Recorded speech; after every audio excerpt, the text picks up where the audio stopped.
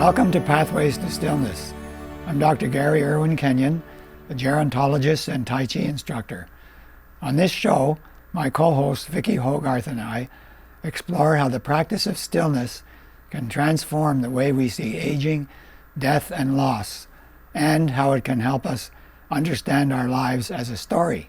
Well, Gary, it's always a pleasure to sit down with you week to week. We have these wonderful conversations. Last week we were talking about grief, and it was such a big topic and included submissions from the community as well, that we're carrying on with our discussion on how we cope with grief today. We had more submissions from the public, actually so many that we weren't able to read out that many last week. But this comes from people in our community who expressed how they deal with grief and try to find meaning and joy in life while working through it. So Shelley Ann wrote, loved ones are always with us. It makes us feel empty and sad inside but we never forget them and we live on. Some people are more resilient than others, like myself. But workplaces are typically only give a few days to grieve. So I think that was a point to stress that was really interesting, is that she said there's no time frame for grieving and we're all wired differently. So her experience is that she needs time to be alone in nature, to journal it, to work through it, and each day gets better. But definitely a point to remember is that we have these parts of our society that are very scheduled, right? There's 3 days to grieve, and sometimes that just isn't enough. Only look at the outside of what's going on, measuring something that can't be measured. Exactly. And that was what, the response is, I think, partly why we're carrying on with the whole next episode on the same topic, is just the outpouring from the community really led to a lot of thought in last week's episode, so really worth checking out for anyone who missed it. Heidi said, grief teaches us that time is not in fact in our control, but that of a higher power. We must hold dear our memories while taking steps forward at the same time into the present and future. Enjoy every day. And then she goes, I allow myself to feel the tidal waves of emotion to get through the tough moments. So she just lets it happen. And somehow I think my mother knew she'd lost her mother recently. I needed to experience this and face my own destiny. Before she passed, I was grieving the thought of my own passing, and I thought I would pass before either of my parents, as I was diagnosed with an inoperable brain tumor. It almost seems to me that she took the leap first to give me the strength and show me that death is not really the end, but a beautiful beginning. There will never be an empty void in my heart because of her spirit, and it still resides in me.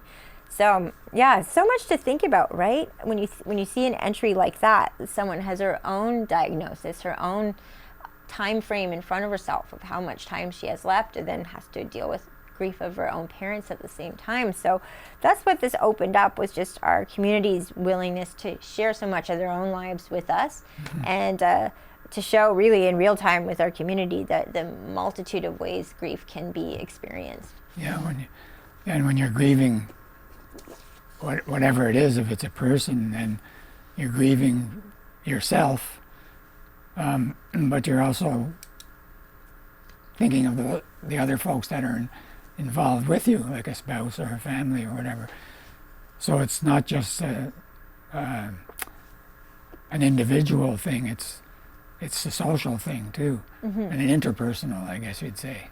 And it was interesting that she brought up, you get sometimes a diagnosis, or it's a family member that passes away. And today we're going to talk a little bit about grief under specific circumstances and how that can sometimes make the process potentially more confusing, can bring up more emotions, things even like adding in medically assisted dying, which many of us now have experiences with, because it is becoming a more common way to, to write that end part of your life, to go out on your own terms. But nevertheless, that leaves a community mourning your loss, and sometimes with more things that keep them awake at night. Yeah, I think with MAID, it's relatively new still, so it'd be interesting to talk to people who have planned to experience it themselves, but also the loved ones. How do they grieve? It's kind of it's a form of anticipatory, in the literature, anticipatory grief, as is dementia, because the person is still there, but it's not the same anymore. One, because their personality may have changed quite a bit, and the other, consciously going towards something that throws off balance the people who are going with them. Yeah, we're exploring different themes here today, and I wanted to say something about humor. I'll do that first, then I have an example of something. But humor can be a very powerful grief tool for grief. I don't know if anybody remembers this older film, but Patch Adams. I used to show that film every year to my students in the deaf and dying class at school, and there'd be so much laughter and so many tears. It's a very, very powerful movie with Robin Williams and Philip Seymour Hoffman, both of whom ended up ending their own lives, ironically. But in Patch Adams, he sets up a part of his clinic is having therapeutic clown, which is called therapeutic clowning now, and it's in different hospitals and institutions across, I don't know in other parts of the world, but in Canada. So it's a very powerful, watching old movies like Marx Brothers movies, the slapstick. I know some of this is from an older generation standpoint, but humor, or right now there are these all kinds of reels on the internet about humor. There's one guy whose name I forget right now, but he's about 75 years old, and he's a stand-up comic, and many jokes about his own aging. But one of them is, he says, well, I'm 75, he said, I've considered online dating, and he said, I think at my age, I'm ready for a lifelong relationship. So he's really a good comic. I forget his name, but humor can work. But there's a timing about humor, I think anyway, that when something's acute, happening acutely, humor might not be the best thing. There's a chapter in my book about divorce and a word that Bill Randall and I made up called regeneration. So genre type of story, and regeneration. And so in my case, I had a story about divorce, and starts off as a tragedy. Life is over, it's awful, it's the end of the world. And then it might turn into a satire. I hope she finds someone just like her, that kind of thing. And then it might turn into a comedy. She even took the keys to the tractor. So it can move, and so folks out there might relate to that, where over time does often heal things or soften things up, and things like humor can really help. On the other side of grieving, this happened to me yesterday. I was having, over at Capsule on Deer Island, I was with a couple of acquaintances, and he was talking about the death of his mother, and that brought up the death of my mother. And so I talked about a couple of circumstances around her death. That the nurse was very astute, had us come to her bedside just at the right time, and tell her that it was okay if she went. Well, in the restaurant, I just broke right up. She died 23 years ago, something like that. So grief, as someone mentioned there, time with grief is very narrative, I think, personal and narrative, because I had no idea that would happen to me there. Yeah. It's kind of like, and music too has that power, right? If you could hear a song that brings you back to all these places in time with people and faces, it's amazing how much a moment can hit you, and you realize that, I don't even know to what degree, what level of grief it is, but it's instantaneous sometimes, that it can all come flooding back. Some for good things, and romance or a special time of life, or for sad things, for sure, both of them. Do you think the humor side, it's funny you say that too, because I went to see a comedian at Halifax on Friday, Joe Mulaney. He's spent, I think anyone who follows him knows he's spent time in rehab. He is sober now. He's made career out of making many kinds of jokes, but he does bring in his own life. And you're sitting there laughing at these stories that I think the first time experiencing them for him would have been very dark, very painful. Right. But we're all in a room of 9,000 people laughing hysterically at, what was the hardest moments of someone's life that they did turn into humor. And it can be, I always joke for me that humor's not even a crutch, it's like my full lifeboat. It's it's my only plan to deal with things sometimes. But it's true, there are many ways to cope, and humor can be very powerful. Yeah. When you're on the topic of anticipatory grief, things like MAID, knowing someone's terminally ill or has dementia, isn't fully the same person they used to be. What does that lead to in people? I think it's harder to process in a lot of ways because you can have a lot of resentments. Yeah, you can suffer different kinds of things. Are not, well, maybe they're never clear, but they're ambiguous.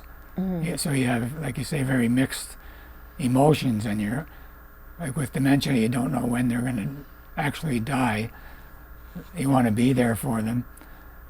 Thank goodness we now have really good Alzheimer's Society and people like Person-Centered Universe that offer courses to guide people through this is what's going to happen, and also ask you questions about what's your life like, what's your stresses, what are you dealing with, and how can we better help you with your story to be better cope with this. Wow. And I should say, for anyone who's watching at home who's new, it's worth going back and looking at episodes. You don't have to watch in order. This is Dr. Gary Irwin-Kenyon's book, Pathways to Stillness. It's available on Amazon, at Indigo Chapters. You can also find it in local bookstores and boutiques like McGuire's Chocolate here in St. Andrews, because Gary's a regular, so you can get your copy signed if he happens to be there. But this is sort of the dare I say, Bible we use in this show to guide us through the show, and I've read it twice now. So it's a very powerful, beautiful book, complete with the exercises that we often do on the show here too. And I've found sitting down and doing the show with you, so I say this often, but it's really helps me because these are things we don't just talk about in regular life. And having conversations with people in the community who are also following has been a really beautiful bonding experience, because I think these are things we often take alone with us at night. And I know that faith can also be a way people can better cope, but when you're dealing with things like faith, spirituality, whatever you want to call it, but does that complicate things when there are maybe resentments, or you feel that a person or even yourself wasn't given the time you felt you deserved, or the circumstances of life that you thought really allowed you to have the full experience? I know there are no guarantees, but I think I look at someone like my mother who has really strong faith, and she's not afraid to die at all. I, on the other hand, think about death in a crippling way at times. Sometimes I can put it out of my mind. And I have a sense of spirituality, but I don't have my mother's devoted faith and belief that everything in the universe is meant to be, and that everything, she will see everyone she's loved when she dies. My mom knows that in her heart. And I've spent my whole adult life studying the end of life. Not only that, but part of it. And so I know that it's all is well, it's all okay, and it's going to be okay. But part of me on certain days still has this primal fear or unknowing about it. So faith, I admire people who have that, unshakable faith. I'd even say I'm jealous. Like, I actually envy it, because I think it would make life so much easier. It would. And I find, I'm comfortable talking to people who are dying, which I've had the opportunity or a gift to do. I'm okay with anybody bringing that topic up with me. I'm comfortable, and it makes me feel okay. But for myself, sometimes I think it's what's going on in your life too. if things are confused or you're upset or you're sorrowful, then that can, and maybe it's just another way of growing into faith. So widowhood is an interesting example. There's been a lot of research done on widowhood. And some of this, as with many things in gerontology, some of this information might not apply to newer cohorts, we say, or newer, younger widows. But the older cohort, there's certain things that are quite common, such as the male took care of everything, banking, managed everything. So when a woman is widowed, they at first don't know what to do. Or they have phenomena like they'll see the person in the bedroom. They know that they've died, but they're there. And who knows, really, who knows how that works. But so widows have these challenges, but they also find that after some time, widows learn all these often learn a lot of these new skills, and they tend not to remarry, whereas men, older men anyway, tend to remarry shortly after they lose their first wife. I don't know if that's a good thing. I've seen it happen. I don't know if it's a good thing or a bad thing. In my family, it turned out to be not so good. But yeah, I've seen it happen in wasn't my family, but his family friend, and definitely it was clear it was. This sounds mean, but they don't live in this province, so I'll say it. It was a family friend, and his wife died, and immediately he, I think it was the neighbor he married next, and then she died. And then he married her sister. Oh my goodness. I thought it made me feel for him in a way too, because it felt like, I had no idea I always thought of him as a very independent person. Yeah. And it made me kind of see a different side of him. And I didn't see it in a negative way in terms of just, wanting to have a relationship. I just felt like, he couldn't handle being alone. Yeah. And that, you can't make any judgments about that, can you? Yeah, but we did have I didn't read this one out, but you mentioned that, I can see if I can see it quickly. Here it is, yeah. Someone wrote in, I don't have the name on the top of this one, but it said that since her husband's passing, she's been embracing life, doing things she loves to do, spending time with friends and family, and she often hears him in her ear and is comforted by that. She meant that one in memories, but she says she also can feel his presence at times when she's sitting alone or with the book, and she actually sees him in his favorite chair. She put C. I thought that was beautiful. I mean, who knows? Yeah, that's right. It's all... Every time we film this show, it somehow nears the end, and I feel like we've just scratched the surface of what we're talking about. But I'd love to have a little more words from you today on grief, anticipatory grief, and all the things that we've touched on. What do you hope that people take away from having conversations like this with us in a lot of ways, because we are interacting? Yeah. I think we go over a territory. We touch on many important themes in this area. We're not exhaustively having an expert here talk to us for 2 hours about, which could be for these topics. But hopefully we're seeding something so that the person is hearing something that they weren't aware of, or they have heard, so it makes them feel stronger, supported either from the community sending us stuff, or you and I talking about different things. I think that's what and also that generally there's hope. There's hope in grief. That's maybe a good point to emphasize, that we're not talking only about sadness and loss and suffering. We're talking about new meaning, new story, new stillness. If you, as I suggest, you bring your stillness practice to your grief and be with it, rather than trying to fix it. It's a pretty hard thing to fix, but to be with it and follow it as a journey. I think that can all be helpful to us, and then to go out and urge people to go out and find the community offerings too. There's no problem finding a good counselor. We were talking about the 12-step program. A few times we've talked about it. And programs like that are just they're so supportive because they're non-judgmental, they're accepting. There's somebody you can reach out to talk to. Anybody can do that, but this gives a forum to be able to do that.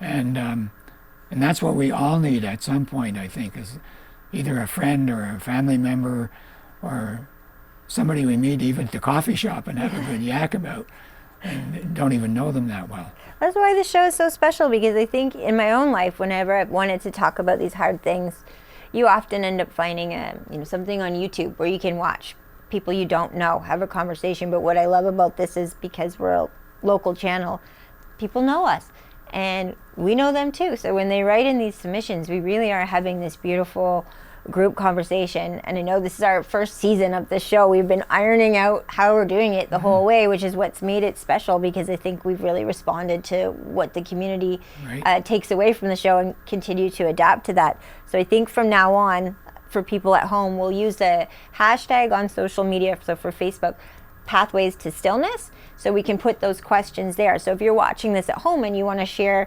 look for a question that we're offering as an exercise. If you just click on Pathways to Stillness hashtag on Facebook, you'll find the ones we put out there.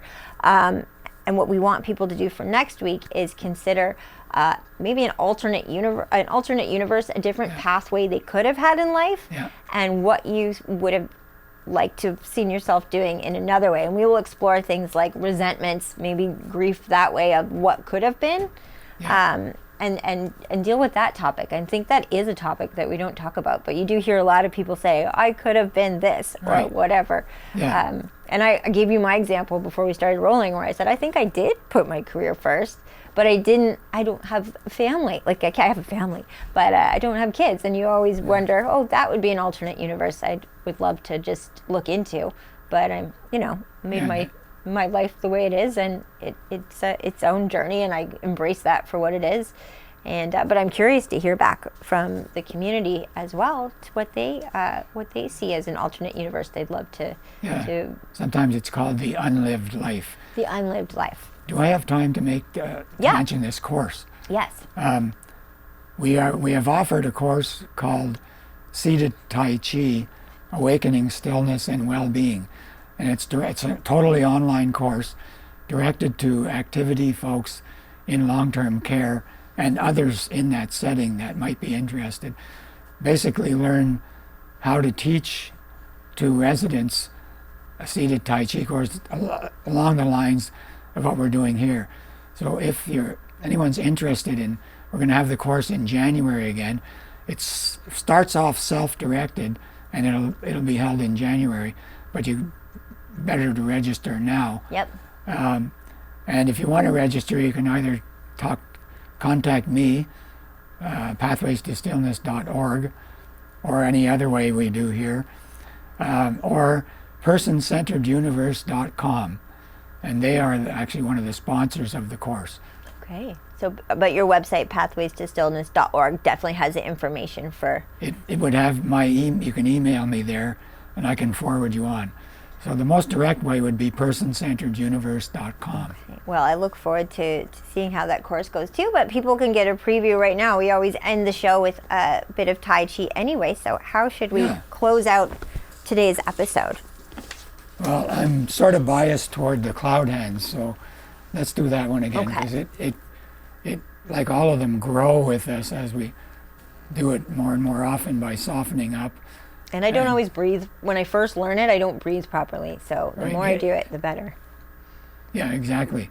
So we start with our palms up, take a breath, about shoulder heights, keep your shoulders relaxed, and then as you come down here, cross your palms, flip them up, open, just like two mirrors in front of yourself here. Over and down. Okay. Float up. So the idea is your hands and arms are just floating up. So that's 3. Up. And then you take a nice breath on the fourth one, and down to the side. Okay, let's do that one more time. So you're going to take a nice breath on the first one and the last one. In, float down, cross, and just picture your arms floating up like they're weightless. Down, up, yep, just floating. Nice soft circles, very gentle. One more. And then we take a nice breath again. And down to the side. Yeah. Love it. So for everyone at home, I hope they followed. I hope they will go to the Pathways to Stillness hashtag and look for a question we're putting out this week about the unlived life and what alternate universe you may have seen yourself going down what path. And I'll be curious to see the answers. I look forward to hearing yours too, Gary. Thanks for sitting down with me today, but I always look forward to the week ahead. I always look forward to it too, and I'm always thinking of new things to talk about. So thank you very much, and thank you all for coming out, and look forward to seeing you at the next episode of Pathways to Stillness.